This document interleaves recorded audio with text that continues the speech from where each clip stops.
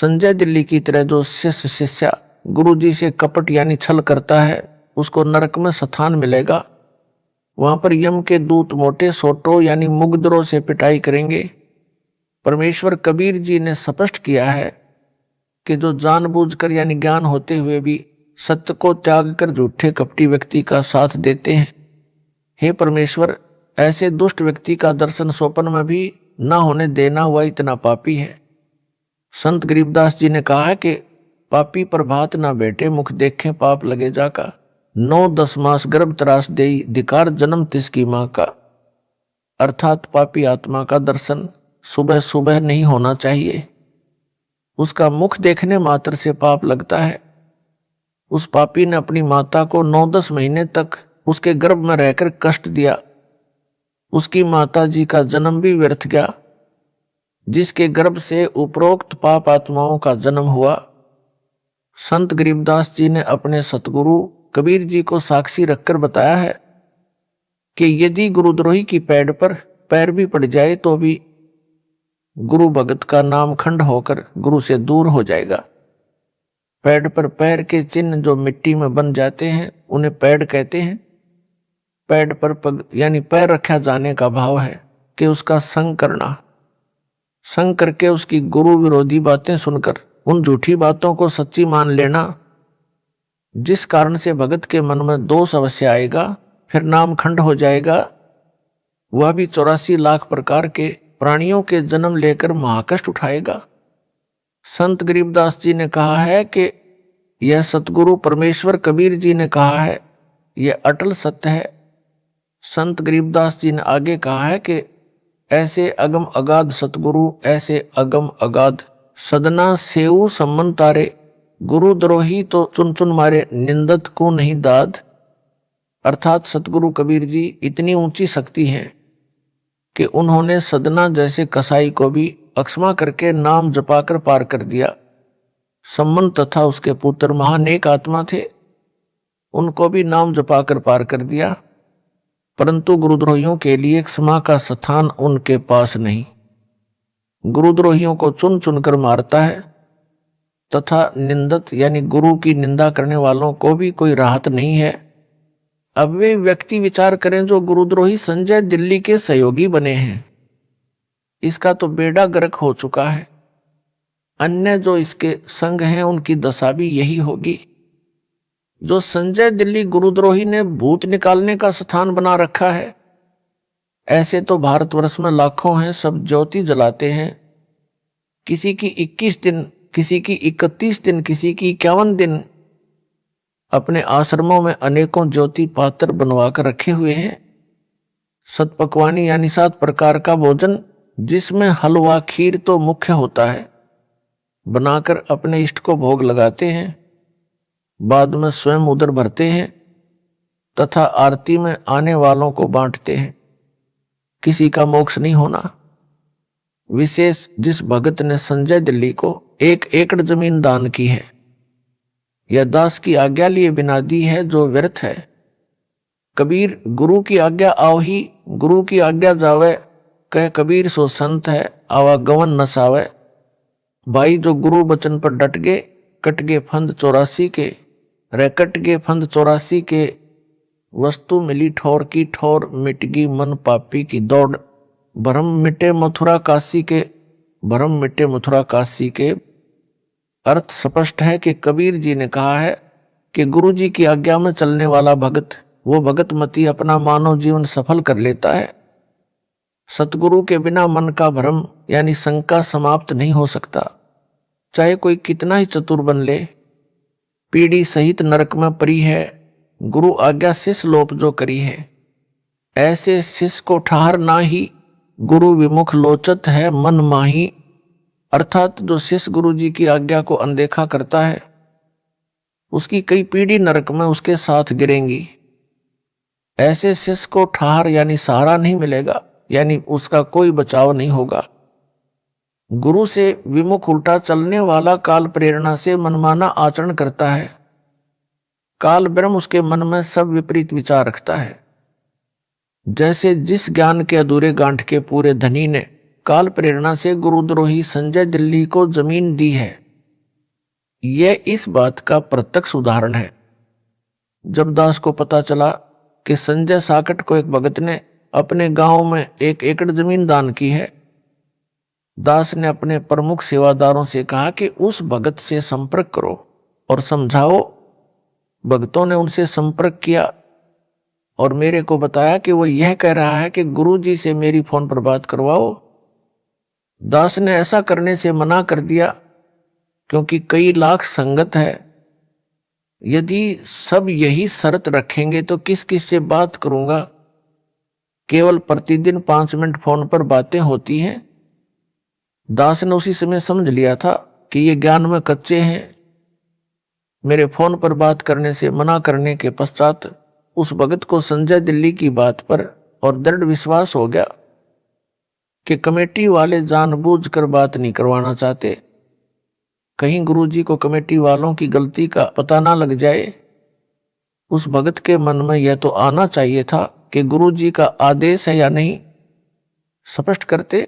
और भी कई रास्ते हैं, मेरे परिवार से पता कर लेते जो उस समय सप्ताह में 2 बार मुलाकात करने जेल धाम में आते थे। क्या उसके लिए एक संजय ही सच्चा है और सारी संगत झूठी है? मेरे परिवार पर भी विश्वास नहीं है।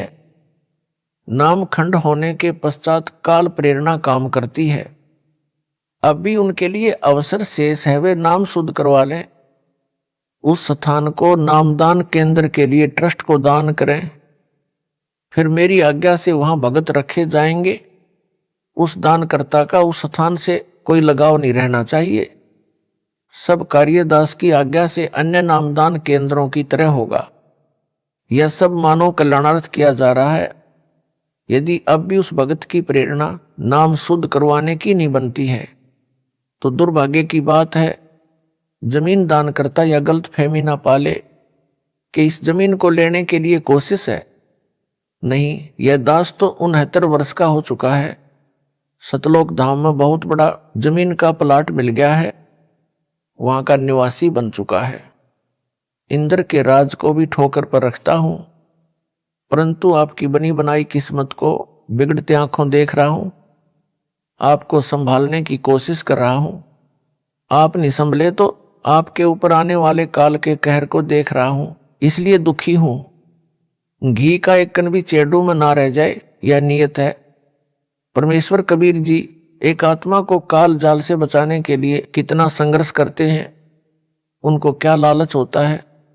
वह आत्मा उनका अंश होती है, उसके कल्याण के लिए कष्ट पर कष्ट उठाते हैं।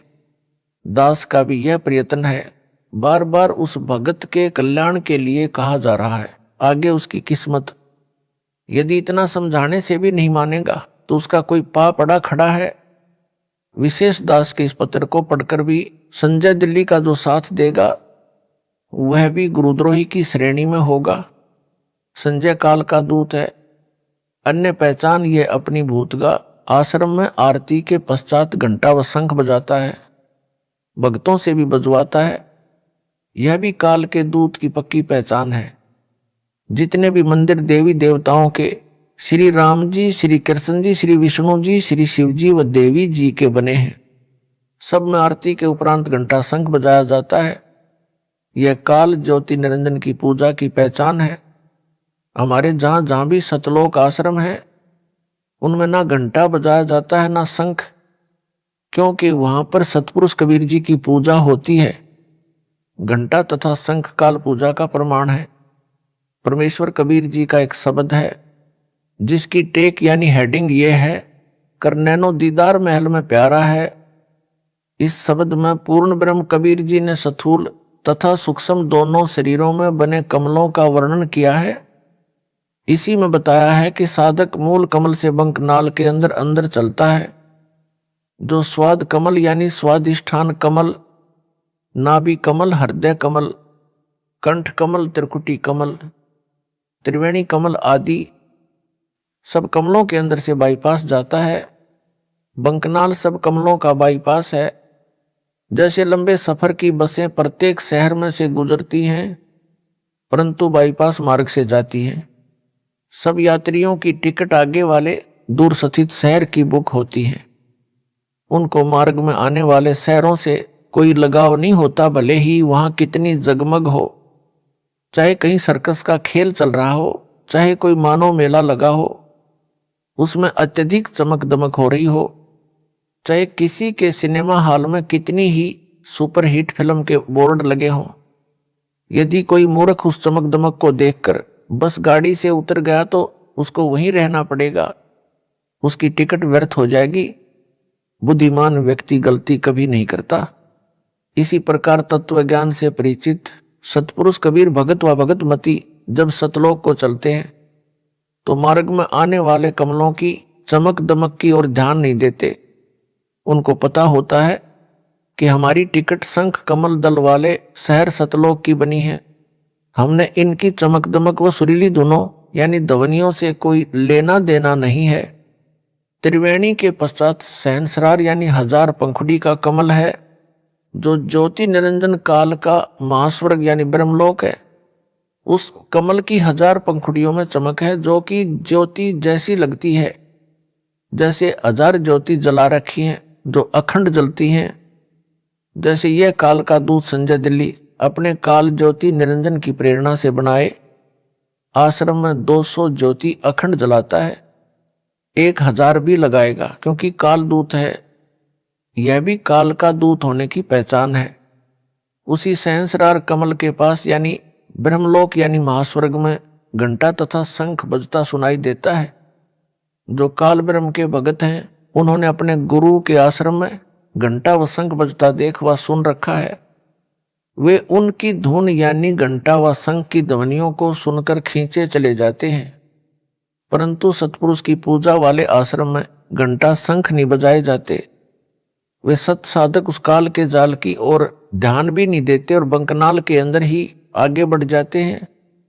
शब्द की साखी नंबर 12 में कबीर परमेश्वर ने कहा है कि घंटा शंख सुने धुन दोई, सहस्रार कमल मध्य जगमग होई, ता मध्य करता निरखो सोई बंकनाल 10 पारा है, कर नैनो दीदार महल में प्यारा है। अर्थात जब सतपुरुष कबीर जी का भगत बंकनाल से चलता चलता सहस्रार कमल के पास पहुंचता है तो वहां घंटा तथा शंख दोनों की धुन यानी ध्वनि सुनाई देती है। उस कमल में जगमग जगमग प्रकाश करता है जो 1000 पंखुड़ियों का है। उस स्थान का मालिक ज्योति निरंजन है। कबीर जी का भगत बंकनाल में आगे बढ़ जाता है, फिर अष्ट कमल को पार करके शंख कमल जिसमें पूर्ण ब्रह्म कबीर जी का निवास है उसमें चला जाता है यानी पार हो जाता है। बंकनाल एक नाड़ी है जिसमें रक्त नहीं बहता। जैसे रबड़ की पतली सी नली होती है जो मूल कमल से लेकर शंख कमल तक जाती है। भगत व भगतमती जो जिस सतर की साधना करते हैं वह इसी से होकर त्रिकुटी तक जाते हैं। त्रिकुटी से अपने अपने इष्ट धाम का मार्ग ग्रहण करते हैं। उनको पहले धर्मराज के दरबार में जाना पड़ता है। जो सतपुरुष कबीर जी के भगत हैं उनको धर्मराज दरबार में नहीं जाना पड़ता। वे अपने गुरु जी के रूप में त्रिकुटी पर बैठे सतगुरु को देखकर उनके पास चले जाते हैं। वहां से आगे गुरु जी लेकर चलते हैं। मार्ग में त्रिवेणी सहस्रार कमल आते हैं, फिर अष्ट कमल तथा शंख कमल में भगत व भगतमती जाते हैं। इस नाड़ी को बंकनाल इसलिए कहा है क्योंकि यह प्रत्येक कमल के साथ से टेढ़ी मेढ़ी जाती है। यह चित्र समझने में सहयोग करेगा। प्रसंग चल रहा है काल के दूत की पहचान का। इस उपरोक्त प्रकरण से सिद्ध हुआ कि संजय दिल्ली वाला काल का दूत है। काल वाली सब धार्मिक क्रियाएं करता व करवाता है। विशेष यहाँ पर यह बताना अनिवार्य समझता हूं कि पवित्र कबीर सागर के अध्याय कबीर बानी में परमेश्वर कबीर जी ने 12 पंथों का वर्णन करते हुए कहा कि 12वें पंथ यानी संत गरीबदास जी वाले पंथ में हम ही आएंगे। दास उन्हीं का भेजा आया है। संत गरीबदास जी वाले पंथ से जुड़ा है। दास को 17 फरवरी 1988 को पूज्य गुरुदेव जी से दीक्षा प्राप्त हुई थी, इसलिए उस पंथ की क्रियाएं करना स्वाभाविक था।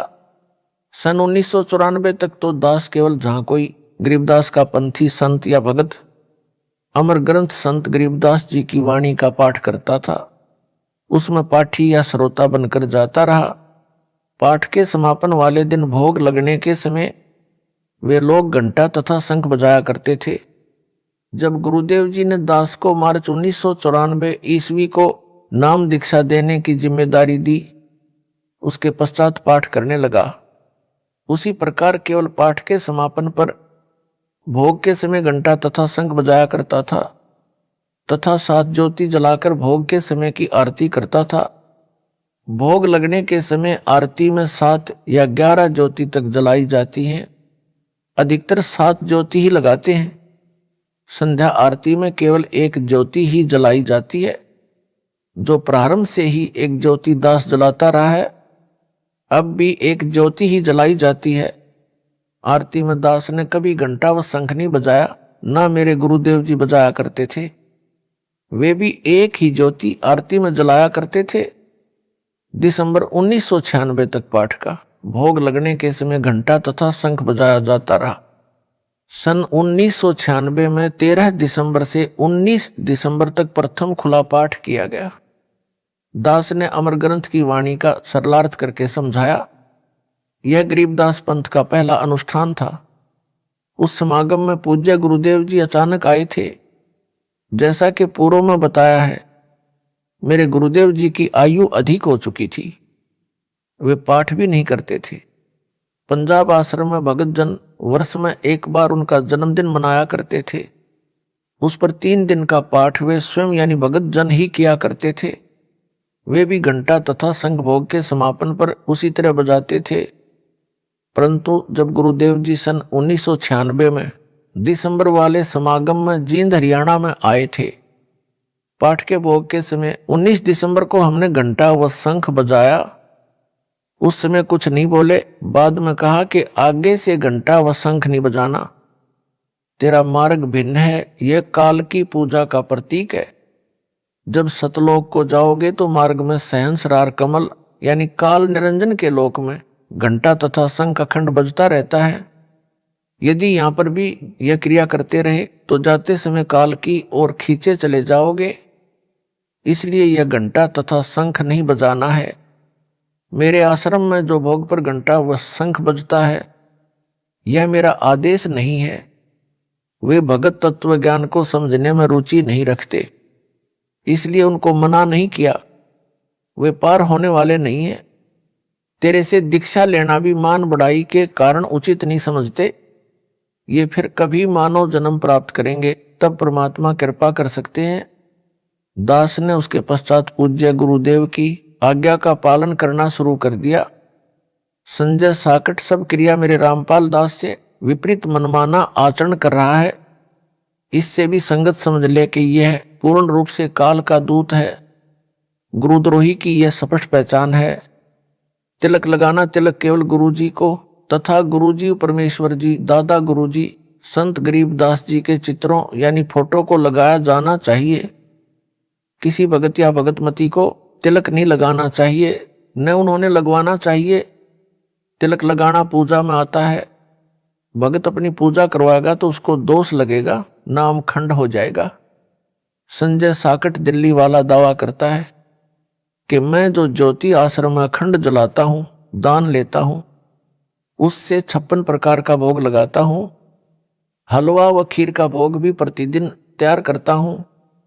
उसे आरती में आने वालों को बांटता हूं।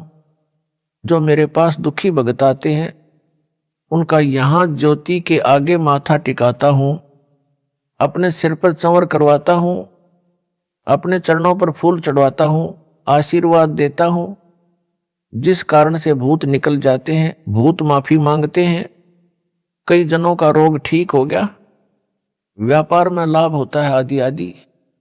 इस पर दास का तर्क यह है, पाठकों ने पढ़ा है कि मेहंदीपुर बालाजी धाम भूतगा कैसे बना। वही क्रिया संजय दिल्ली कर रहा है। जिस समय संजय नकली गुरु ने उस आश्रम में ज्योति लगानी प्रारंभ की तो ज्योति गोविंद गुरु वाले परमेश्वर कबीर जी तथा दास के साजे फोटो के सामने रखता था। स्वयं दूर बैठता था। जो भी भगत व भगतमती आते थे, वह गोविंद गुरु वाले फोटो के सामने जल रही ज्योति के आगे दंडवत प्रणाम करता था। यदि कोई भगत व भगतमती प्रेत बाधा वाला आता था तो उस ज्योति व फोटो के आगे दंडवत करता और चिल्लाने लगता, गुरुजी छोड़ दो, कभी नहीं आऊंगा या आऊंगी। कई महीने ऐसे चलता रहा, कईयों के रोग भी ठीक हुए, अन्य लाभ भी हुए। संजय ने विचार किया कि मेरी महिमा तो नहीं बनी। तब यह आशीर्वाद देने का ढोंग करने लगा और नकली गुरु का स्वांग बना लिया। ऐसे हैं वे झूठे गुरु। यहां तो यह कुर्सी पर अकड़ कर बैठकर मुझ दास की तरह उंगली अंगूठे से सटाकर नकल करके आशीर्वाद देने का ढोंग करता है। बोले श्रद्धालुओं को भ्रमित करता है कि मैं यानी संजय दिल्ली वाला आशीर्वाद देता हूं, इससे भूत निकलते हैं, रोग ठीक होते हैं, अन्य लाभ होते हैं। परंतु जो मेहंदीपुर में बालाजी का आश्रम है उसमें तो केवल ज्योति जगती है। हनुमान जी की मूर्ति है, मूर्ति जड़ है, वह आशीर्वाद नहीं दे सकती। फिर भी वहां जाने वाले बताते हैं कि हमारे भूत निकल गए। कोई कहता है कि मुझे कैंसर थी, बालाजी मेहंदीपुर में ज्योति चढ़ाने, स्वामणी का प्रसाद चढ़ाने मात्र से रोग ठीक हो गया। कोई कहता है कि मेरा व्यापार ठप था, मेहंदीपुर बालाजी में मत्था टेक कर धोख खाने से, प्रसाद चढ़ाने से व्यापार में लाभ शुरू हो गया। यह दास राजस्थान प्रांत में चुरू जिले के गांव सालासर में बने छोटे से हनुमान मंदिर में जाया करता था। उस मंदिर के बनने की भी यही कथा है। जैसे मेहंदीपुर में मंदिर बना है, यहां सालासर में एक हनुमान भगत था, उसने उसी प्रकार इसकी स्थापना की थी। वहां जाने वाले भी कहते हैं कि भूत तो नाक रगड़ते ही हैं। व्यापार में बरकत, घर में बरकत, रोग ठीक होते हैं, निसंतानों को संतान मिलती है। यहां तक बताने वाले मिलते थे कि मेरे को कैंसर थी, यहां तीसरी बार आया तो स्वस्थ हो गया। उस मंदिर में भी एक मूर्ति रखी है, ज्योति जलाई जाती है, कोई आशीर्वाद देने वाला भी नहीं है। सब वही लाभ हो रहे हैं जो संजय दिल्ली वाला गुरुद्रोही बताता है। दास यह बताना चाहता है कि कैंसर से भयंकर दीर्घ रोग जन्म मरण का है। यह जन्म मरण का रोग वर्तमान में मुझ दास के बिना ठीक नहीं हो सकता। चाहे विश्व में सब स्थानों पर ज्योति जलवा दो, संजय साकट जैसों से कितने ही आशीर्वाद ले लो, जो लाभ अन्य स्थानों पर होते हैं वे तो दास से रूंगे यानी फ्री में होते हैं। मुख्य लाभ तो पूर्ण मोक्ष मिलता है। दास की आज्ञा से कमेटी ने देश भर में लगभग 500 नामदान केंद्र भिन्न भिन्न शहरों में बना रखे हैं। प्रत्येक में एक एक अखंड ज्योति जलती है। जो नए भगत वहां नाम दीक्षा लेने जाते हैं, यदि किसी को प्रेत बाधा होती है तो वह वहां ज्योति व गुरु गोविंद वाले फोटो के सामने नाक रगड़ता है, उसकी प्रेत बाधा तो समाप्त होती ही है, साथ में अन्य सब लाभ भी मिलते हैं तथा जन्म मरण का असाध्य रोग भी समाप्त होता है। जिन भक्तों ने संजय दिल्ली को जमीन दी है उनको पाप लगा है। उन्हें चाहिए था दास से आज्ञा लेकर नामदान केंद्र बनाते, उसमें दास अपने विश्वास का भगत रखता तो वहां के भक्तों का कल्याण होता। जमीन दान करने वालों को महापुण्य मिलता है। यह तो कसाई वाला हत्था यानी बूचड़ खाना बनवा दिया, कोरा पाप मोल जमीन देकर ले लिया। जमीन देने वाले भक्तों को मृत्यु के बाद भी इस स्थान का पाप लगता रहेगा। जब तक यह हत्था चलता रहेगा वह पाप इनकी किस्मत में चित्रगुप्त के पास लिखा जाता रहेगा। यदि ये भगत दास की आज्ञा से केवल नाम दान के लिए जमीन देते तो इनको मृत्यु के उपरांत भी पुण्य लाभ मिलता रहता। जब तक यह कल्याण केंद्र चलता, यह संसार समझदा नहीं, कहंदा शाम दोपहरे नू, गरीबदास ये वक्त जात है, रोवोगे इस पहरे नू। कुछ नए भगत ऐसे भ्रमित हुए।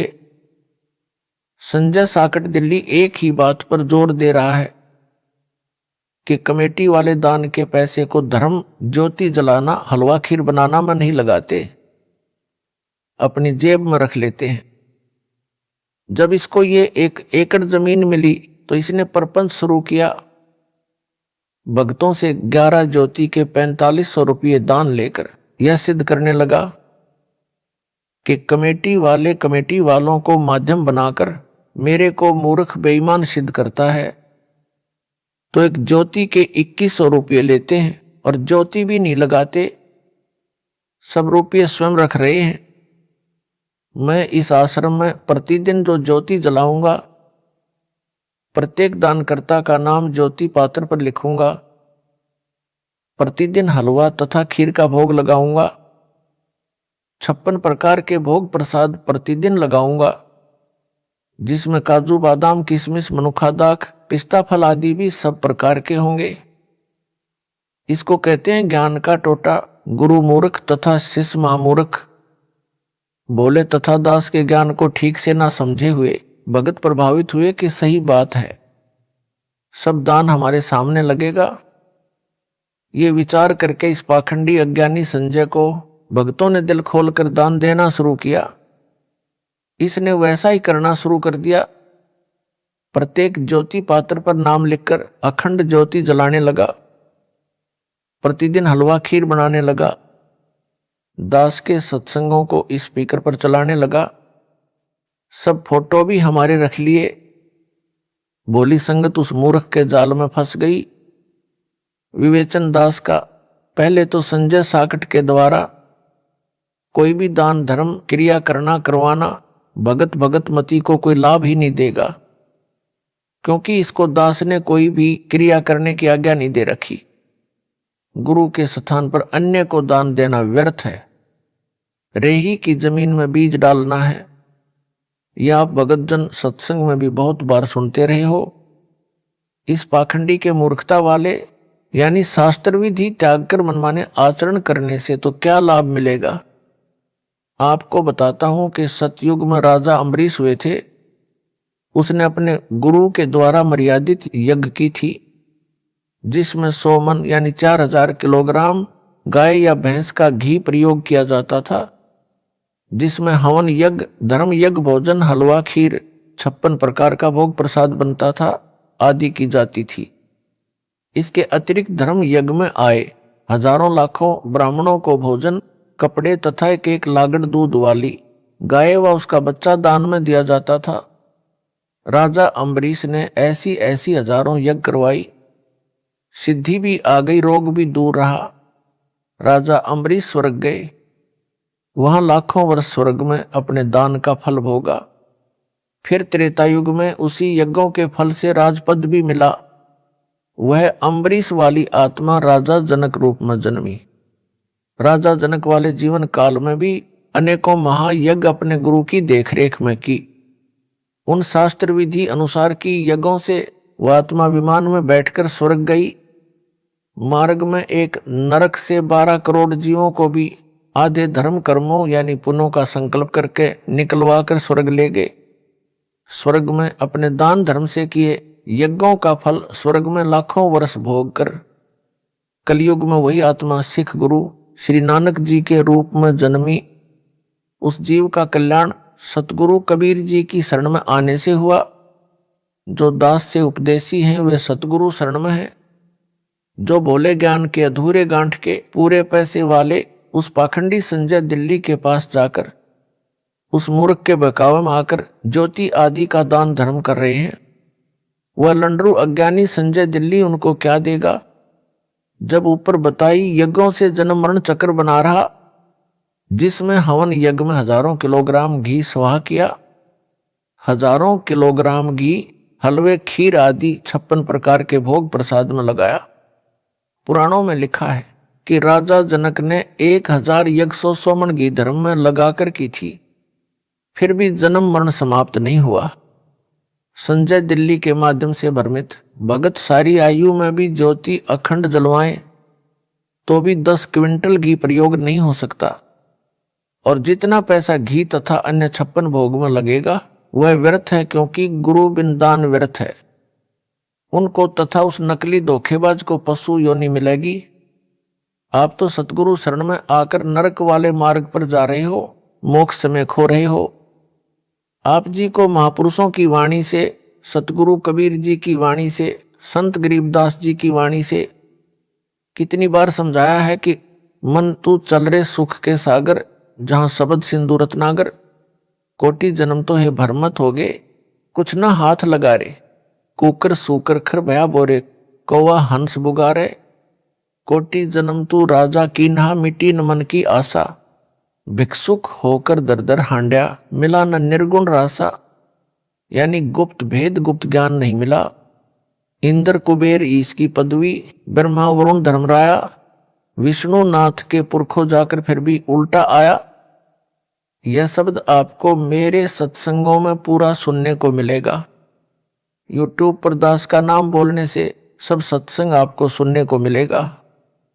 फिर शब्द के अंत में लिखा है कि सतगुरु मिले तो इच्छा मेटे, पद मिल पदे समाना। चल हंसा उस लोक पठाऊं, जहां आदि अमर अस्थाना। चार मुक्ति जहां चंपी करही, माया हो रही दासी। दास गरीब अभय पद पर से, मिले राम अविनाशी। अर्थात राजा अम्बरीश वाली आत्मा ने तो मर्यादा में रहकर गुरु द्वारा धर्म कर्म करवाए थे। स्वर्ग तो चली गई, आप तो पाखंडी के फंसे हो, कुछ भी हाथ नहीं लगेगा। अभी अवसर है, अपना नाम शुद्ध करवाकर जन्म सफल करो।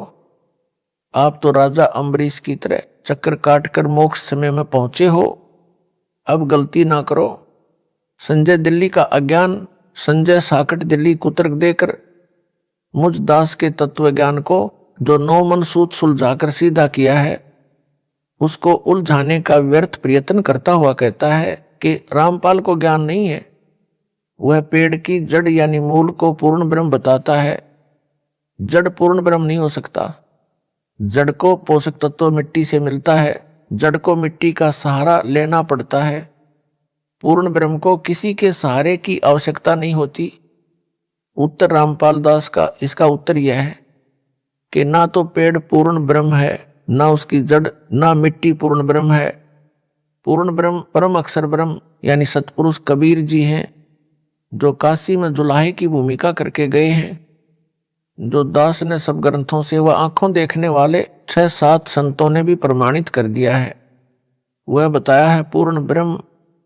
दास ने गीता अध्याय 15 श्लोक 1-4 का यथार्थ अनुवाद किया है, जो दास से पहले किसी के समझ में नहीं आया था। गीता अध्याय 15 श्लोक 1 में पीपल के वृक्ष का उदाहरण देकर मूल पाठ में लिखा है कि ऊपर को मूल यानी जड़ वाला, नीचे को शाखा वाला संसार रूप पीपल के वृक्ष को अविनाशी कहा है। इसके पत्ते आदि इसके अन्य भाग हैं। यह तम वेद जो उसके जड़ से लेकर शाखा पत्तों तक का ज्ञान जानता है, स वेदवित, वह वेद के तात्पर्य को जानने वाला विद्वान है, यानी वह तत्वदर्शी संत है। दास ने कबीर परमेश्वर जी के बताए ज्ञान से इसी गीता अध्याय 15 के श्लोक 1-4 का सरलार्थ किया है। पूर्ण ब्रह्म कबीर जी ने लगभग 600 वर्ष पूर्व अपने द्वारा बताए सूक्ष्म वेद यानी कबीर वाणी में कहा था कि कबीर अक्षर पुरुष एक पेड़ है, निरंजन वाकी डार, तीनों देवा शाखा है, पात रूप संसार। अर्थात कबीर जी ने बताया है कि अक्षर पुरुष एक पेड़ जानो, उसकी मोटी डार को ज्योति निरंजन यानी काल ब्रह्म जानो। डार से मानो 3 शाखा निकली हो, उनको तीनों देवता यानी रजगुण ब्रह्मा, सतगुण विष्णु, तमगुण शिव मानो। उन शाखाओं से लगे पत्तों को संसार मानो। परंतु परमेश्वर ने मूल ज्ञान यानी तत्व ज्ञान छुपा कर रखा था। यह नहीं बताया था कि उस वृक्ष की मूल यानी रूट में कबीर पूर्ण ब्रह्म हूं। जो इस दास को कबीर परमेश्वर जी ने मूल ज्ञान बताया, दास ने इसे सबके रूबरू किया है। दास उस अज्ञानी आत्मा संजय दिल्ली वाले से पूछना चाहता हूं कि क्या कबीर जी को भी ज्ञान नहीं था? जिन्होंने पेड़ को अक्षर पुरुष बताया है, मोटी डार को ज्योति निरंजन तथा शाखाओं को ब्रह्मा विष्णु तथा शिव कहा है, पत्तों को संसार बताया है। दास ने गुप्त ज्ञान बताया है जो संजय गुरुद्रोही की अकल में अब तक नहीं आया है, जो इस प्रकार है। ऊपर को जड़ वाले इस संसार रूपी पीपल के वृक्ष की जड़ यानी रूट को पूर्ण ब्रह्म मानो। अक्षर पुरुष को तना, डार काल निरंजन यानी सर पुरुष जानो।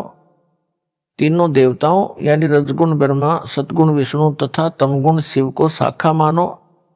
शाखाओं पर लगे पत्तों को संसार जानो।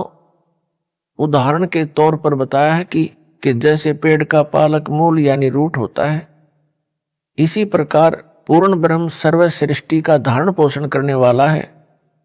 जैसे पेड़ को आहार जड़ यानी मूल से मिलता है, यानी तना को मूल से आहार मिला, तना से डार को तथा डार से शाखाओं को तथा शाखाओं से पत्तों को आहार मिलता है, उसी प्रकार पूर्ण ब्रह्म सबका धारण पोषण करने वाला वास्तव में अविनाशी परमात्मा है। सतपुरुष कबीर जी की शक्ति को मिट्टी जानो। परमात्मा कबीर जी ने शक्ति से सब ब्रह्मांड रचे हैं। संत गरीबदास जी ने कहा है कि कबीर परमेश्वर जी ने स्वर्ग रसातल लोक कुसातल रचे जमी आसमान रे, 14 तबक किए छिन्न माही सर्जे शशि अरुभान रे। अर्थात कबीर पूर्ण ब्रह्म जी ने अपनी वचन शक्ति से सर्वलोक लोकांतरों जैसे स्वर्ग रसातल पृथ्वी आकाश व 14 लोक तथा शशि यानी चांद तथा बान यानी भानु सूर्य तथा असंख्यों ब्रह्मांडों की छिन्न यानी क्षण भर में रचना की है। इस रचना में परमेश्वर जी ने किसका सहयोग लिया? सक्षम है, कुछ भी कर सकता है। इस संजय अनाड़ी अज्ञानी को बताता हूं कि पूर्ण ब्रह्म मूल भी है तथा उसकी शक्ति मिट्टी का काम करती है। आप आरती आप साजय यानी कबीर परमेश्वर सब कुछ करता है। पेट भरकर उठते हैं, शरीर में जो क्रिया आरंभ होती है उनको कौन करता है? हमारे को तो पता भी नहीं पेट में क्या हो रहा है। उस आहार को परमात्मा कबीर जी की शक्ति पचाती है, भिन्न भिन्न धातु बनाती है, रक्त वसा आदि कितने तत्व बनते हैं, यह वह शक्ति करती है। सारे कच्चे पक्के भोजन को पेट में पुनः पकाया जाता है। ना चूल्हा है ना लकड़ी है, सब परमात्मा की शक्ति करती है। मानो खाना खाकर सो जाता है, पेट में सब कार्य होता रहता है। इसे किसके सहारे की आवश्यकता पड़ी? परमात्मा की शक्ति सारे सिस्टम को चलाती है। वैज्ञानिक भौतिक विचारधारा के हैं, ये कुछ भी तर्क दें, वह अध्यात्म विज्ञान के तुल्य नहीं हो सकता। जैसे मीराबाई भगतमती को मारने के लिए विष पिलाया गया था, वह मरी नहीं। वैज्ञानिक इसे मानने को तैयार नहीं। परमात्मा ने नरसिंह रूप धारण करके प्रहलाद भगत की रक्षा की, हिरण्यकशिपु को मारा। वर्तमान में भगत समाज के अतिरिक्त कोई स्वीकार नहीं करता। इसी प्रकार परमात्मा को नरसिंह रूप बनाकर हिरण्यकशिपु को मारने की क्या आवश्यकता पड़ी? वैसे भी मार सकते थे। कुछ तत्वज्ञानहीन यह तर्क भी देते हैं, उनका जवाब क्या दिया जाए? उनको चाहिए कि पहले पूर्ण अध्यात्म ज्ञान जो दास बता रहा है समझें, फिर इस तरह के प्रश्न मन में उठेंगे ही नहीं। जैसे संजय दिल्ली तत्वज्ञानहीन के मन में खुरापात भरा है, इसे संपूर्ण ज्ञान होता तो इस प्रकार के कुतर्क नहीं करता कि पेड़ की जड़ पूर्ण ब्रह्म नहीं हो सकती। इसको समझ होती तो बोलता ही नहीं, क्योंकि एक उदाहरण दिया है, यह परमात्मा कबीर जी ने दिया है। यह पापी परमात्मा के ज्ञान में भी अपने अज्ञान से दोष देखता है। इससे स्पष्ट है कि यह महा अज्ञानी है, महिमा का भूखा है, बोले भक्तों का दुश्मन है। जादूगर को देखा है कि मिट्टी हाथ की मुट्ठी में लेता है, खोलता है तो 500 रुपये का नोट मिलता है। यह आध्यात्मिक शक्ति से होता है जो उसने परमात्मा की भक्ति करके जादू विद्या प्राप्त की होती है। उसने नोट बनाने में किसी मशीन का सहारा नहीं लिया। वैसे नोट बनाने के लिए कागज, प्रिंटिंग मशीन, बिजली आदि अनेकों वस्तुओं का सहारा लेना पड़ा। परमात्मा भी एक बगलीगर यानी जादूगर है। नकली जादूगर का जादू कुछ क्षण ही टिक पाता है। परमेश्वर कबीर जी असली जादूगर हैं। इसका जादू असंख्यों युगों तक टिका रहता है। जब कबीर परमेश्वर जी ने राजा वीर सिंह तथा उसकी मंडली को भूख प्यास से मरते देखा, तब पर्वत के ऊपर स्वच्छ जल का सरोवर क्षण में रचा तथा फलदार पेड़ व मेवा की लताएं क्षण में लगा दी। जो फलों से उस समय लदपद हो गए, सबने खाए, घर भी ले गए। उस समय किसका सहारा लिया? जो भगत परमात्मा की क्रिया में दोष देखता है वह मूर्ख व्यक्ति है। एक ने कहा कि परमात्मा सुई के नाके में से हाथी कैसे निकाल सकता है, झूठ है। दूसरा भगत कहता है कि परमात्मा सारी पृथ्वी को सुई के नाके में से निकाल दे, हाथी की तो बात ही क्या है। संजय साकट पहले भगत का साथी है जो कहता है कि सुई के नाके से हाथी परमात्मा नहीं निकाल सकता। गीता अध्याय 15 के श्लोक 16 से भी सिद्ध किया है कि अक्षर पुरुष तथा सर पुरुष दोनों नाशवान हैं। इन दोनों के लोक तथा उन लोकों में रहने वाले सब व्यक्ति तथा अन्य पशु पक्षी आदि आदि भी नाशवान है। केवल आत्मा सबकी अविनाशी है। यह गीता अध्याय 15 श्लोक 16 का सरलार्थ है। गीता अध्याय 15 श्लोक 17 का सरलार्थ इस प्रकार है। उत्तम पुरुष पुरुषोत्तम यानी सर्वश्रेष्ठ प्रभु तो उपरोक्त दोनों पुरुषों यानी प्रभुओं से अन्य ही है, जिसे परमात्मा कहा जाता है, जो तीनों लोकों में प्रवेश करके सबका धारण पोषण करता है। वह वास्तव में अविनाशी परमेश्वर है। तत्व ज्ञान यानी मूल ज्ञान यानी गुप्त ज्ञान में उसका नाम लिखा है। वह नाम कबीर साहब यानी कबीर देव है, जो सतयुग में सत सुकृत नाम से प्रकट हुआ था, त्रेता युग में ऋषि मुनिंदर के नाम से प्रकट हुआ था, द्वापर युग में करुणा में संत के नाम से प्रकट हुआ था, तथा कलयुग में कबीर नाम से प्रकट हुआ था। कबीर सतयुग में सत सुकृत कह टेरा, त्रेता नाम मुनिंदर मेरा, द्वापर में करुणा में कहाया, कलयुग नाम कबीर धराया। संजय दिल्ली कहता है कि कबीर साहब अलग हैं, कबीर देव अलग है। यह है इसका मूल ज्ञान। गुप्त ज्ञान है जो गलत है, इसको तत्व ज्ञान ही नहीं है। इसीलिए हुआ बाई बकता है, जो पाती पंच का अर्थ 5 ज्योति कर सकता है, उसे कबीर साहब व कबीर देव को भिन्न भिन्न करते क्या शर्म लगेगी। यह बेशर्म ढीठ अज्ञानी है, जो अर्थों के अनर्थ करके भोले भक्तों को भ्रमित करके अपना स्वार्थ सिद्ध कर रहा है। आप भी नरक जाएगा। वे भ्रमित भगत जो इस मूर्ख को तत्वदर्शी संत मानकर इसकी जय बुलाते हैं, इसके ऊपर चंवर करते हैं, वे भी इसके साथ नरक में जाएंगे। यह गुप्त भेद दास ने खोला है। यह तत्व ज्ञान है। इससे भिन्न जो तत्व ज्ञान कहकर जनता को भ्रमित करेगा, वह परमात्मा का दोषी व झूठा व्यक्ति है। उसका बताया तत्व ज्ञान नहीं अज्ञान है। संजय दिल्ली अपने आश्रम में दिन रात वाणी चलाता है। यह सब पाखंड भोले भक्तों को लुभाने मूर्ख बनाने के लिए करता है। कहता है कि यदि मैं काल का दूत होता तो क्या गुरुजी के सत्संग की वाणी दिन रात चलाता। इसका उत्तर पहले बता दिया है कि यह काल का दूत है। वाणी मेरे सत्संग की इसलिए चलाता है कि मेरी आवाज सुनकर भक्त खींचे चले आए और उनको अपने अज्ञान से कुतर्क देकर भ्रमित करके अपने काल वाले ग्रुप में मिला लूं। यह अमर वाणी का अपमान है।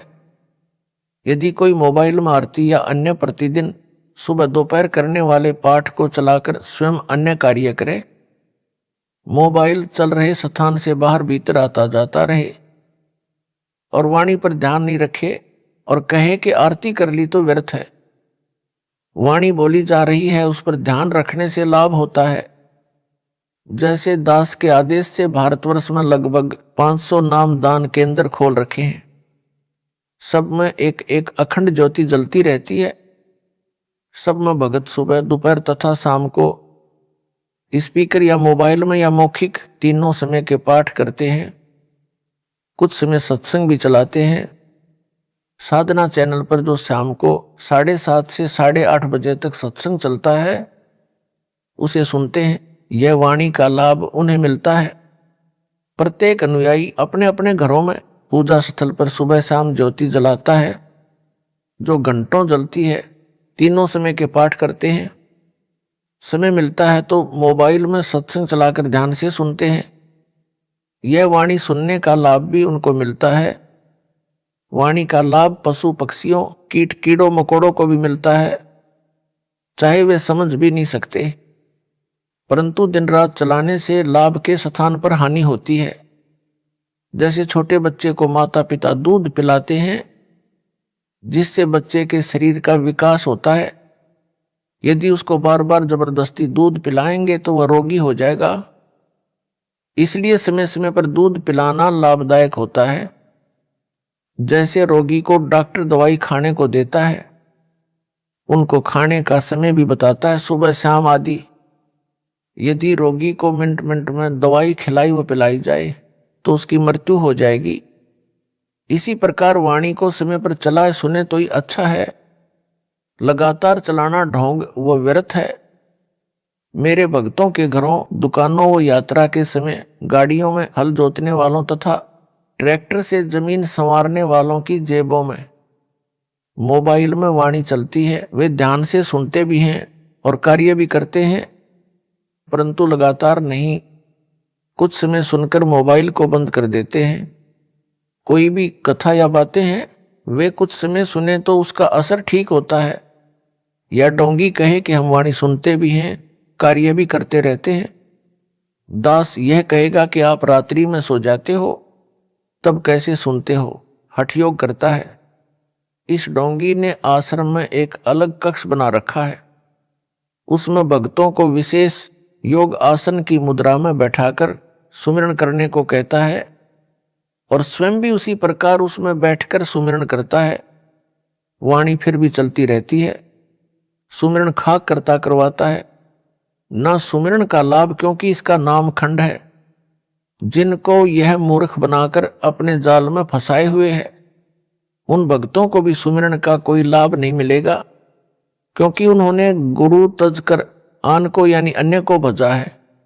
यानी गुरु जी के बताए सहज सुमिरन को छोड़कर हठयोग को अपनाया है तथा ज्योति के लिए रुपये दिए हैं या वैसे दान में रुपये दिए हैं, वह भी संजय दिल्ली के आदेश से। इस कारण उनका नाम खंड है। अब सुमिरन करके दान देकर भी जीवन नष्ट होगा, क्योंकि भक्ति मार्ग में बहुत सावधानी रखनी पड़ती है ताकि नाम खंड ना हो जाए। काल ज्योति निरंजन का पहला काम है हमारे अनुयायी का नाम खंड करवाना, फिर वह काल का हो जाता है। परमेश्वर से कोई लाभ उसे नहीं मिलता। परमेश्वर कबीर जी ने गरीबदास जी महाराज जी को बताया है कि अनंत कोटि बाजी जहां रचे सकल ब्रह्मांड, गरीबदास मैं क्या करूं काल करे जीव खंड।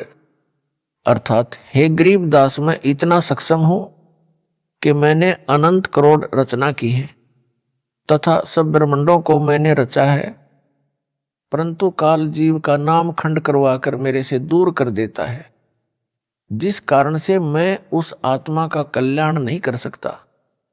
उनको चाहिए कि अपनी गलती की क्षमा याचना करें तथा दास की आज्ञा लेकर किसी निकट के नामदान केंद्र पर जाकर पुण्य उपदेश लेकर नाम शुद्ध करवाएं, अपना जीवन धन्य बनाएं और फिर इस पाखंडी के पास बोलकर भी ना जाएं। यह काल का पक्का दूत है। जो सुमिरन करने की विधि दास ने बताई है उसी प्रकार सुमिरन करें, जो भक्ति का विधान है। सब ग्रंथों व संतों की वाणी में प्रमाण है। गीता अध्याय 8 श्लोक 7 में कहा है कि हे अर्जुन, तू युद्ध भी कर और सुमरण भी कर, यानी काम भी कर सुमरण भी कर। यजुर्वेद अध्याय 40 मंत्र 15 में कहा है कि ओम नाम का सुमरण कार्य करते करते सुमरण कर, विशेष कसक यानी तड़फ के साथ सुमरण कर, मानव जन्म का मूल कर्तव्य जानकर सुमरण कर। कबीर परमेश्वर कपड़ा भी बुनते थे तथा सुमरण करने का अभिनय भी करते थे। वे बताना चाहते थे कि भगत को काम करते करते भी सुमरण करना चाहिए। जो कार्यालयों में काम करते हैं तथा जो विद्यार्थी हैं, वे जब भी समय मिले सुमरण करें। संत गरीबदास जी ने कहा है कि नाम उठत नाम बैठत नाम सोवत जागरे, नाम खाते नाम पीते नाम सेती लागरे। अर्थात नाम का जाप कार्य करते करते भी करते रहो और समय मिले तो बैठकर भी सुमरण करो। सोने के लिए लेटो तो सुमरण करो, जब तक नींद ना आए सुमरण करो। जागो तो भी कुछ श्वास सुमरण में अवश्य लगाओ। परंतु एक स्थान पर विशेष योग आसन लगाकर सुमरण ना करो, वह हठ योग है। परमेश्वर कबीर जी ने स्वामी रामानंद जी को समझाया, जो योग आसन की मुद्रा में बैठकर हठ योग से ध्यान लगाता था तथा नाम सुमरण किया करता था, उसको कबीर जी ने समझाया कि ज्यों के त्यों ही बैठे रहो, तज आसन सब योग, अर्थात विशेष योग आसन की बजाय जैसे सामान्य तरीके से बैठते हैं वैसे बैठकर सुमिरन करो। यह विधि सब ग्रंथों व संतों की वाणी के अनुसार श्रेष्ठ है। सब योग आसन को तजो यानी त्यागो। जिसके पास कुछ भी ज्ञान नहीं होता वह पाखंड का सहारा ही लेता है, बात करता है कि मेरे अतिरिक्त विश्व में किसी को तत्व ज्ञान यानी बीजक ज्ञान नहीं है। ऐसे पापियों के लिए संत गरीबदास जी ने कहा है कि गरीब भेषों के लश्कर फिरें, बाणी चोर कठोर, सतलोक धाम न पहुंचेंगे ये 84 के डोर। गरीब बीजक की बातां कहें, बीजक ना ही हाथ, पृथ्वी डोबन जन्मे हैं, कह कह मीठी बात। गरीब बीजक की बातां कहें, बीजक ना ही पास, औरों क्या ज्ञान बताओ ही, आप ही जावें निराश। अर्थात परमात्मा कबीर जी की वाणी को सुनकर उसी आधार से अपने को तत्वदर्शी संत बताने वाले, वाणियों का गलत अर्थ करने वाले अनेकों पंथों के मुखिया हैं। जैसे यह संजय साकट दिल्ली सत सुकृत पंथ नाम धरकर झूठा प्रचार कर रहा है। ऐसे मूर्खों की तो लश्कर यानी लंबी लाइन है। ये समझाए से मानते नहीं, कठोर यानी कट्टर बने हैं। ये सतलोक धाम नहीं जा सकते। ये तो 84 लाख प्रकार के प्राणियों की योनि में ढोर यानी पशु बनेंगे। वर्तमान में भी पशु तुल्य हैं जो गलती किए हैं। फिर कहा है कि जैसे यह संजय साकट अपने को तत्वदर्शी संत कहता है और झूठ बोलता है कि मेरे को तत्व ज्ञान है, मूल ज्ञान गुप्त ज्ञान है, रामपाल को भी नहीं है। इसके विषय में कहा है कि बीजक ज्ञान यानी तत्व ज्ञान, मूल ज्ञान गुप्त ज्ञान होने की बातें करते हैं। बीजक ज्ञान इनके पास नहीं है। ऐसे नकली पंथों वाले गुरु पृथ्वी के मानव को काल के जाल में फंसाने के लिए जन्मे हैं। ये मीठी मीठी बातें बनाकर बोले भक्तों को अपने जाल में फंसा लेते हैं, स्वयं भी नरक में गिरते हैं तथा अनुयायियों को नरक ले जाते हैं। इस प्रकार पृथ्वी डुबो रहे हैं, नाश करने के लिए जन्मे हैं। इनके पास तत्व ज्ञान है ही नहीं, तो औरों को ज्ञान क्या बता रहे हैं। ये स्वयं ही निराश जाएंगे, मानव जन्म अपना भी नष्ट करके नरक में जाएंगे। संजय दिल्ली कहता है कि न तो महेंद्र दास का भाई भजन स्मरण करता है, न कमेटी के सदस्य, न रामपाल की संगत का कोई भगत और भगतमती स्मरण करती है। सब निंदा लड़ाई झगड़ा करते रहते हैं। यह अपने उस ढोंग को मजबूत करने के लिए ऐसी बकवाद करता है जो यह एक कमरे में एक विशेष योगासन पर बैठकर मूर्ख बनाता है और अपने पीछे लगाए रखना चाहता है। यह तर्क देता है कि सुमरण तो ऐसे होता है जैसे मैं यानी संजय करता हूं, ऐसा रामपाल की सारी संगत करती नहीं, इसलिए वे सुमरण तो करते नहीं और काम करते हैं। दास इसीलिए तो इसको अज्ञानी व काल का दूत कहता है कि यह मेरी बताई सुमरण विधि में वो अन्य क्रियाओं में दोष निकालता है। जो सारी संगत मुझ दास रामपाल दास की बताई शास्त्र प्रमाणित विधि से सुमरण व अन्य क्रियाएं कर रही है। इसका उत्तर यदि यह साकट संजय दास भी अन्य संगत की तरह भजन स्मरण कर लेता तो इसके मन में यह दोष उत्पन्न ही नहीं होता और यह गुरुद्रोही की पदवी प्राप्त नहीं करता। अपना कल्याण करवाना ही उद्देश्य रखता, गुरु मर्यादा में चलता जन्म सफल कर लेता। संजय साकट दिल्ली अपने गुरु दास की क्रियाओं में दोष निकालता है। कहता है कि कमेटी वाले जो दास रामपाल के विश्वास पात्र हैं, उनके विषय में कहता है कि जो कमेटी वाले हैं वे 2100 रुपये एक ज्योति के लेते हैं।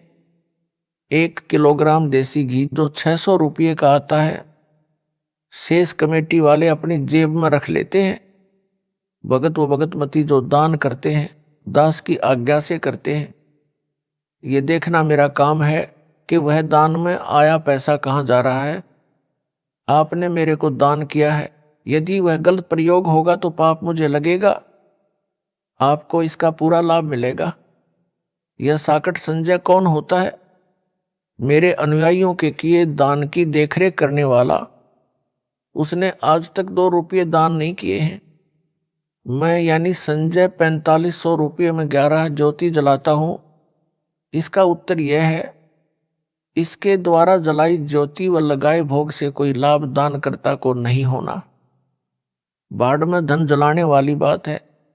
एक ज्योति में दास 1.25 किलोग्राम देसी घी का हवन करवाता है। यदि घी 600 रुपये प्रति किलोग्राम माने तो भी 1.25 किलोग्राम घी की कीमत 750 रुपये हुई। यह 11 ज्योति 4500 रुपये में लगाता है तो निर्धारित घी की मात्रा 1.25 किलोग्राम प्रति ज्योति के हिसाब से पूरी नहीं होती। 1.25 किलोग्राम घी के हिसाब से 11 ज्योतियों की कीमत 8250 रुपये बनती है। यह जो लेता वह इससे लगभग आधी है। अधूरा यानी ओछा व्यक्ति अधूरे काम ही करता है। जैसे 1 एकड़ जमीन में 40 किलोग्राम गेहूं का बीज बोना निर्धारित मात्रा है जो पूरा लाभ देता है। यदि कोई 1 एकड़ जमीन में 20 किलोग्राम गेहूं का बीज डालने की राय किसान को देता है तथा तर्क देता है कि रामपाल तो 40 किलो गेहूं डालने को कहता है, वह आधे गेहूं अपने घर ले जाता है। मैं यानी संजय 20 किलो ही डलवाता हूं। देखो पूरा लाभ थोड़े से बीज से दिला देता हूं। यह तर्क कितना गलत है, भगत जन स्वयं विचार करें। यह अधिकारी भी नहीं है, जिस कारण से उसके द्वारा करवाए गए अनुष्ठान का कोई लाभ नहीं मिलना। बिना अधिकारी से करवाया गया धार्मिक अनुष्ठान व्यर्थ बताया है। कबीर गुरु बिन माला फेरते, गुरु बिन देते दान। गुरु बिन दोनों निष्फल हैं, देखो वेद पुराण। कबीर गुरु की आज्ञा आवही, गुरु की आज्ञा जाए। कहे कबीर सो संत हैं, आवागमन नसाए। गुरु बिन दान पुण्य जो करही, मिथ्या होए कब हो नहीं फल ही। गुरु बिन होम यज्ञ नहीं कीजे, गुरु की आज्ञा माही रहीजे। गुरु से ही सदा हित जानो, क्यों भूले तुम चतुर स्यानो। अर्थात अपने गुरु के अतिरिक्त किसी को दान नहीं देना चाहिए, वह दान फल नहीं देता। गुरु के अतिरिक्त अन्य किसी को दान नहीं देना चाहिए, ना ही कोई पुण्य कर्म धार्मिक कर्म करवाना चाहिए। गुरु का आज्ञाकारी भगत सफल होता है, वह सही भगत है। उसका आवागमन यानी जन्म मरण का चक्र समाप्त हो जाएगा। गुरु जी की आज्ञा से सर्वधर्म कर्म करो। दास की आज्ञा से ज्योति व पाठ के रूप ये मेरे द्वारा नियुक्त विश्वास पात्र भगत लेते हैं, लिखते हैं, दास को बताते हैं, आशीर्वाद लेते हैं, तब उस धर्म कर्म को करते हैं जो सबको यथार्थ लाभ देता है। हे चातुर व्यक्तियों, क्यों स्याने बनकर यथार्थ भक्ति मार्ग को भूले हो। गुरु से ही सदा अपना हित मानो, यानी गुरु जी से ही धर्म कर्म करवाना ही हितकर यानी लाभदायक है। इसी में अपना हित यानी भला जानो। दास 69 वर्ष का हो चुका है। सतलोक जाने से पहले जो क्रियाएं संगत ने करनी है उनका अभ्यास करवा रहा हूं। इसी बात का डर था कि इस संजय जैसे जालिम संगत को पथ भ्रष्ट न कर दें। इसकी तरह नकली गुरु बनकर संगत को काल जाल में न डालें। जो यह मेरे सामने ही बकवाद कर रहा है, गुरु बनकर आशीर्वाद देने लगा है, यह काल प्रेरित है, काल का दूत है, इससे बचो। जो भगत व भगतमती इतना सतर्क करने के पश्चात भी इसके पीछे लगे हैं, उनको कैसे बचाया जाए और कौन सा ज्ञान समझाया जाए। उनको तो यह संदेश है जो संत गरीबदास जी ने कहा है कि चेतावनी में तो कसर नहीं छोड़ी और क्या देऊं गारी। भोली आत्माओं को काल के दूतों से बचाने के लिए संत गरीबदास जी ने ढेर सारी वाणी अमृत ज्ञान बोला, फिर भी काल के दूतों से चिपके हैं। उनसे दुखी होकर कहा है कि तुम ज्ञान से नहीं मानते, तो क्या तुम्हें गाली दूं यानी नरक जाने से बचो? अज्ञानियों को छोड़कर पूर्ण संत से दीक्षा लो। गरीब चातुर प्राणी चोर हैं, मूड मुगध हैं ठोठ, संतों के नहीं काम के, इनको दो गल जोट। संजय दिल्ली चातुर प्राणी है, यह मेरे ज्ञान को चुराकर कपट युक्त तर्क देकर चतुरता दिखाता है, सत्य को छुपाता है। इसलिए संत गरीबदास जी ने ऐसे व्यक्ति को चातुर व चोर कहा है। तथा जो मेरे भगत व भगतमती इसके जाल में फंसे हैं, वे मूड यानी मूर्ख, मुगध ठोठ यानी पत्थर हैं। ये संतों के काम के नहीं होते, इनको दो गल जोट। इन दोनों को संजय व उसके साथ लगे मेरे भक्तों को एक ही रस्से से गले बांध दो, अर्थात ये दोनों नरक में जाने योग्य हैं। ये समझाने से भी नहीं मानते, ये इसी के साथ रहने योग्य हैं, दोनों इकट्ठे पशु बनेंगे। यह परमात्मा का विधान बताता है। जो गुरु मर्यादा तोड़कर भक्ति तथा धार्मिक क्रियाएं करते करवाते हैं, उनको आध्यात्मिक लाभ नहीं मिलता, जिस कारण से ये सब के सब पशु योनियों में जाते हैं। संजय दिल्ली का उद्देश्य है कि मेरे भोले भक्तों को मेरे द्वारा लिखी पुस्तकों को कमेटी वालों द्वारा लिखी बताकर मेरे ज्ञान में दोष निकालना और अपने संपर्क में आए मेरे भक्तों को भ्रमित करके अपने को विद्वान सिद्ध करना है। यह चतुरता करता है। मेरा नाम नहीं लेता कि उनकी लिखी पुस्तक में यह त्रुटि है, कमेटी वालों का नाम लेता है। इसको पता है कि यदि रामपाल का नाम लिया तो तेरी एक बात नहीं सुनेंगे। यह साकट एक पुस्तक तो लिखे, पता चले कि इसका तत्व ज्ञान मेरे से भिन्न कौन सा है। दास ने अनेकों पुस्तकें लिखी हैं, छपाई कमेटी वालों ने है, जिनको मैंने आज्ञा दे रखी है। उनमें से एक जीने की राह पुस्तक भी है, उसमें एक वाणी लिखनी रह गई, उसका अनुवाद लिख दिया। इस संजय साकट ने त्रुटि निकाली कि देखो कमेटी वालों ने यह पुस्तक लिखी है, इसमें वाणी का अर्थ गलत किया है। उन भ्रमित भक्तों ने मेरी बेटी के पास फोन किया। उसने अपनी बेटी को फोन दिया और कहा कि यह भगत भाई कोई गलती बताता, इसको समझा। मैंने जेल से प्रतिदिन की तरह फोन किया तो बेटी बहुत दुखी थी। कहा कि एक भगत भाई का फोन आया, वह बहुत गुस्से में था। मैंने पूछा किस बात पर। बेटी ने बताया कि यह नई पुस्तक जो आपकी लिखी छपी है, जीने की राह, इसमें कुछ गलती बता रहा था। कह रहा था कि इस वाणी का अर्थ गुरुजी यह बताते हैं, इसमें अन्य लिखा है। यह सब उन कमेटी वाले भक्तों ने लिखी है। नाम गुरुजी का लिख दिया। मेरी धोती ने फोन लिया और सब डिटेल से मुझे बताया। उसका स्पष्टीकरण इस प्रकार है। पुस्तक जीने की राह को सर्वसंगत ने तथा अन्य बुद्धिजीवी मानव ने बहुत पसंद किया तथा अपने अपने मोबाइल फोनों में डाउनलोड किया। एक एक दिन रात में 2 लाख पुस्तकें डाउनलोड की गई। एक दिन रात में तो 2,50,000 पुस्तक डाउनलोड होने का रिकॉर्ड बना था। मैंने अपनी बेटी व धोती को समझाया कि बेटी, यह भगत अपना विवेक खो चुका है। यह संजय दिल्ली पागल कुत्ते ने काट रखा है, यह भी पागल हो चुका है। यह अब यही भाषा बोलेगा, अन्य को काटने को दौड़ेगा।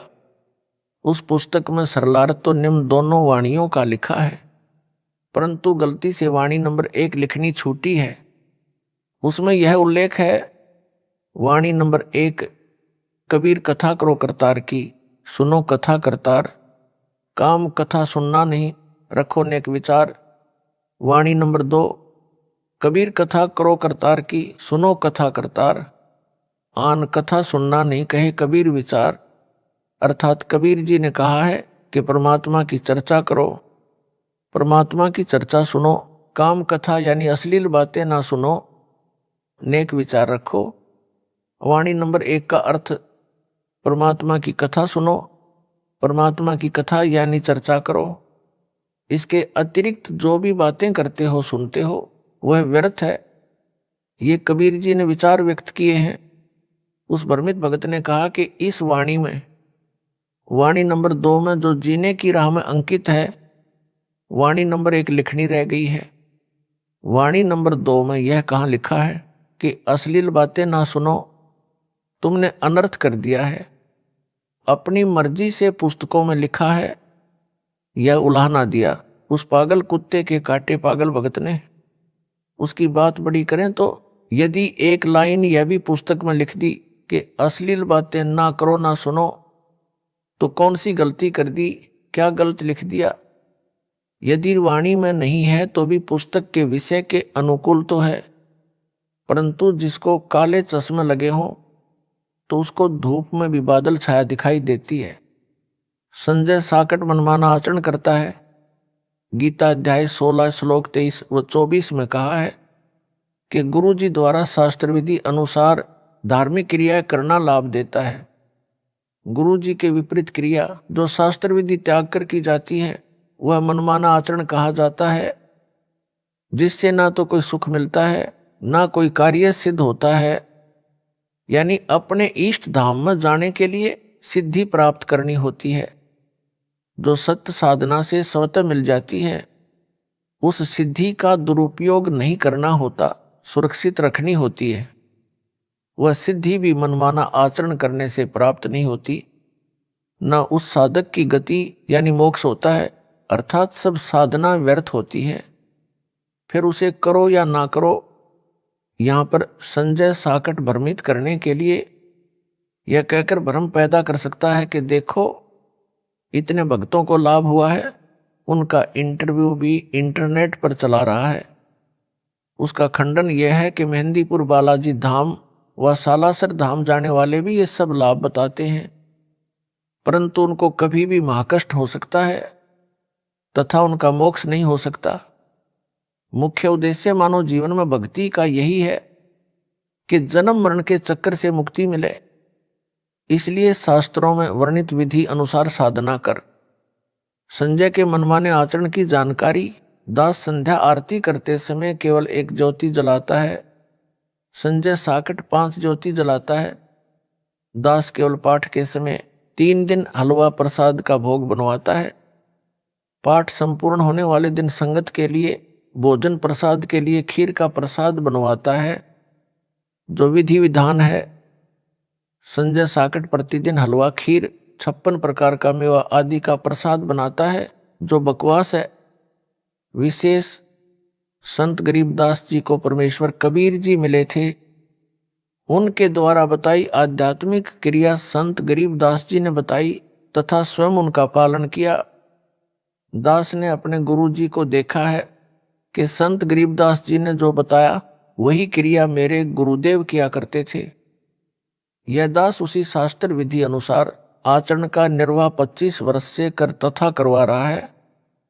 यदि प्रतिदिन हलवा, खीर व 56 प्रकार के प्रसाद से परमात्मा प्रसन्न होते तो संत गरीबदास जी भी यही करते। संत गरीबदास जी के पास 2500 बीघा यानी लगभग 1475 एकड़ जमीन थी। वे तो सदा ही हलवा, खीर आदि 56 प्रकार के भोग आसानी से लगा सकते थे, परंतु शास्त्र विधि में ऐसा करना नहीं कहा है। संत गरीबदास जी अपने जीवन काल में वर्ष में केवल एक दिन अपना बोध दिवस मनाते थे, जिस दिन उनको परमेश्वर कबीर जी गांव छुडानी के जंगल में बाबा जिंदा के रूप में फाल्गुन महीने की चांदनी दवास को मिले थे। फाल्गुन महीने की उस शुक्ल पक्ष द्वादशी को मनाते थे। जो ग्रंथ संत गरीबदास जी ने लिखवाया था, उस हाथ से लिखे ग्रंथ का पाठ भी उन्होंने अपने सामने प्रारंभ करवाया था। 3 दिन पाठ चलता था, जो वर्तमान तक परंपरा चली आ रही है। तीनों दिन हलवा प्रसाद बनाया जाता था। सतपुरुष व सतगुरु के लिए 2 कटोरियों में भोग निकालकर भोग अलग रखा जाता था। उनके सतगुरु व सतपुरुष कबीर जी थे। हलवे का प्रसाद केवल हाथों में दिया जाता था। प्रसाद रूप में खाने के लिए खीर का प्रसाद संगत के लिए भोजन में परोसा जाता था। अन्य दिनों में प्रतिदिन जैसा भोजन घर पर बनता है, उसी का ही भोग लगाया जाता था। उसी शास्त्र विधि अनुसार अपने पूर्वज संतों व पूज्य गुरुदेव के अनुसार दास सब धार्मिक क्रियाएं करवा रहा है। परमेश्वर कबीर जी तो सक्षम है, वे भी प्रतिदिन 56 प्रकार का हलवा खीर आदि स्वयं भी बनाकर खा सकते थे, या परंपरा डालने के लिए भी सत्पुरुष अपने को सब भोग लगा सकते थे, लेकिन ऐसा नहीं किया गया। जब उनके साथ शरारत की थी, झूठे पत्र डालकर निमंत्रण दिया गया था, उसमें 18 लाख साधु संत और उनके चेले भंडारा खाने आ गए। उस समय 3 दिन का भोजन भंडारा करके अपनी समर्थता का परिचय भी दे दिया कि मैं ऐसा भी कर सकता हूं। परंतु प्रतिदिन जो संजय दिल्ली बकवास कर रहा है, यह शास्त्र विधि त्याग कर मनमाना आचरण है, जो बोले भक्तों को रिझाने के लिए, अपने जाल में फंसाने के लिए ड्रामा कर रहा है। जो ज्ञान के अधूरे गांठ के पूरे हैं, वे इसके जाल में फंसे हैं। संत गरीबदास जी ने ऐसे पाखंडियों के लिए कहा है कि ज्ञानी पुरुष तो इनके निकट न जावें, मूर्खों को रीझ रिझावे हैं। अर्थात जिन भक्तों को मर्यादा का ज्ञान है और गुरु जी द्वारा बताई शास्त्र अनुकूल क्रियाओं का ज्ञान है, वे तो ऐसे पाखंडी के निकट भी नहीं जाते जिनको ज्ञान नहीं है। उन भोले भक्तों को प्रसन्न करके अपने को तत्वदर्शी सबसे अलग ज्ञान वाला सिद्ध करता है। ऐसा व्यक्ति काल का पक्का दूत होता है। वह संजय साकट दिल्ली है, इससे बचो। अन्य मनमाना आचरण संजय साकट ने प्रथम मंत्र के कारण में अक्षरों में फेर बदल करके उनकी वास्तविकता का नाश कर दिया। उस प्रकार उच्चारण करने से, परमात्मा की मर्यादा भंग होने से इन मंत्रों की शक्ति समाप्त हो गई है।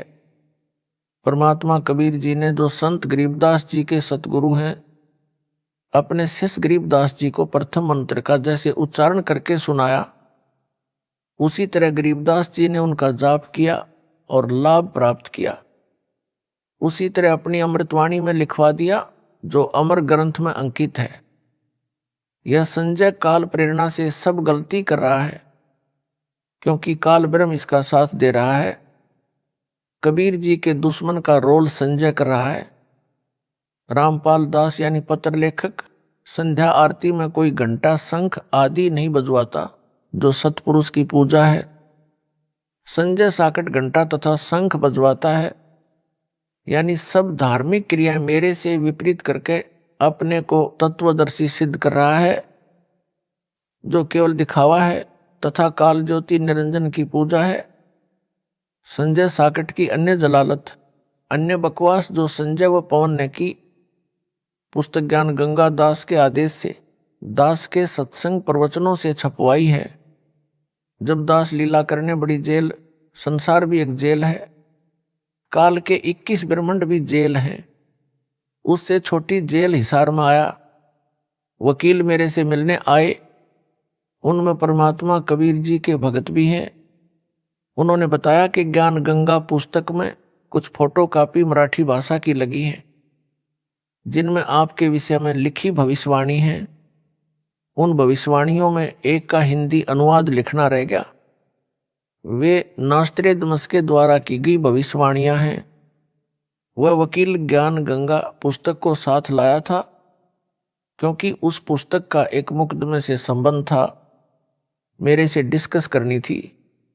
उसने वह मराठी भाषा वाली फोटोकॉपी दिखाई और बोला कि मैंने कंप्यूटर में इसका ट्रांसलेशन देखा।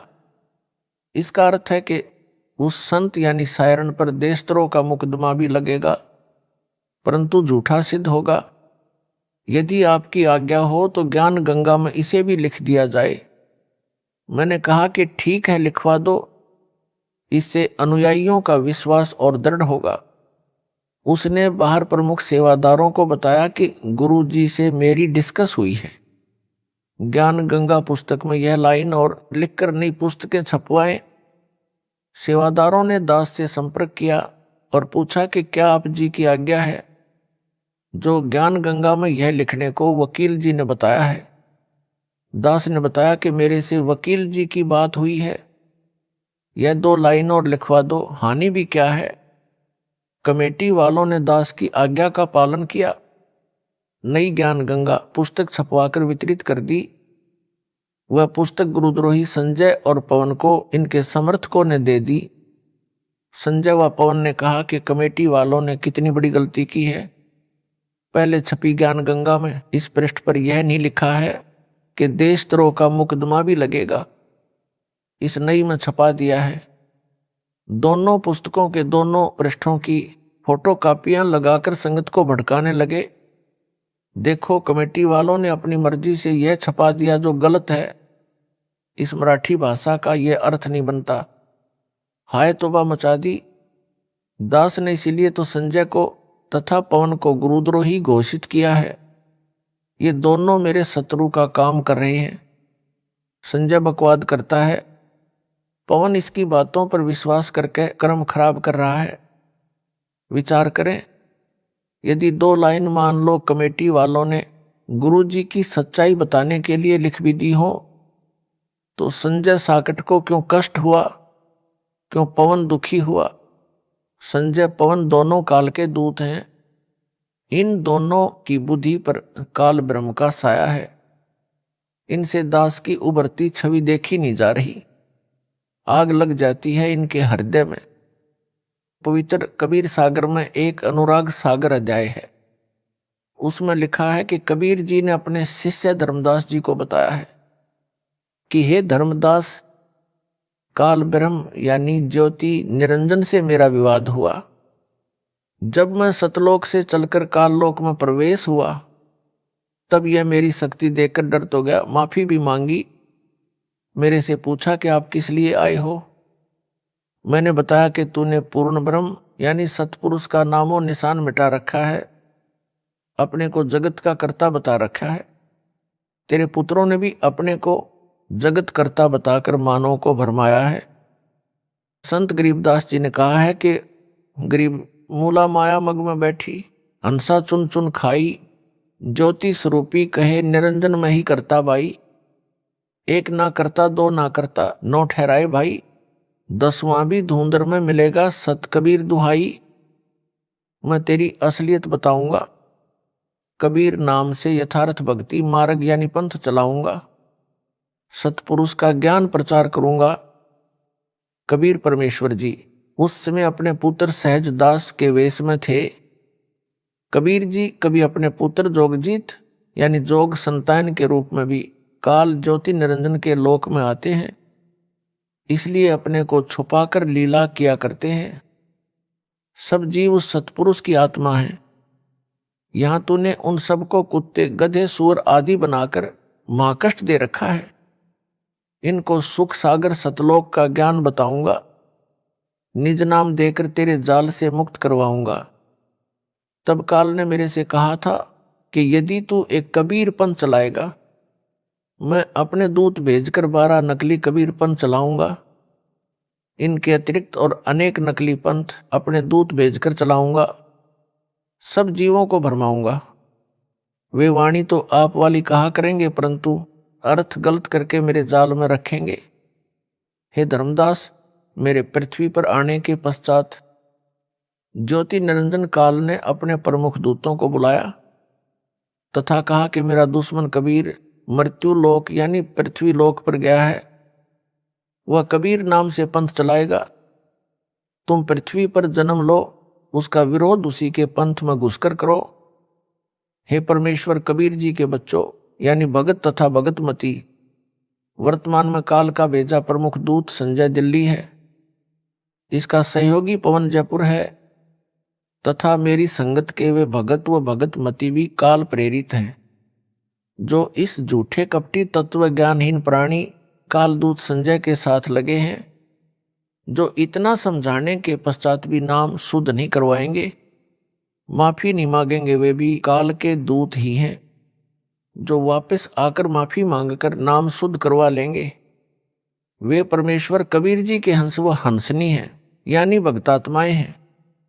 यदि उन भक्तों व भगतमतियों को काल के दूत वाली झूठी बातों पर विश्वास है कि दान का पैसा सही उपयोग नहीं हो रहा है, तो वे नाम शुद्ध करवाकर भक्ति करें, दान ना करें। जो भी दान करना है उस पैसे को अलग रखते रहो। ज्योति स्वयं जलाओ चाहे अखंड जलाओ। जब दास बड़ी जेल में आए तब सारा पैसा दान कर देना, परंतु कुपात्र को दान देकर तो कुछ लाभ नहीं मिलना। इस पत्र में भी यही समझाया है। उनको विचार करना चाहिए कि उनके लाखों भाई बहन कमेटी वाले सेवादारों को वो नामदान केंद्रों पर मेरे आदेश से दान दे रहे हैं, मेरे परिवार वाले भी वहीं पर दान दे रहे हैं। क्या उन्होंने सब जांच पड़ताल नहीं की होगी कि दान का पैसा ठीक खर्च हो रहा है या गलत? उनको विश्वास है कि पैसा सही प्रयोग हो रहा है। आपको भी विश्वास करना चाहिए। सत साहिब।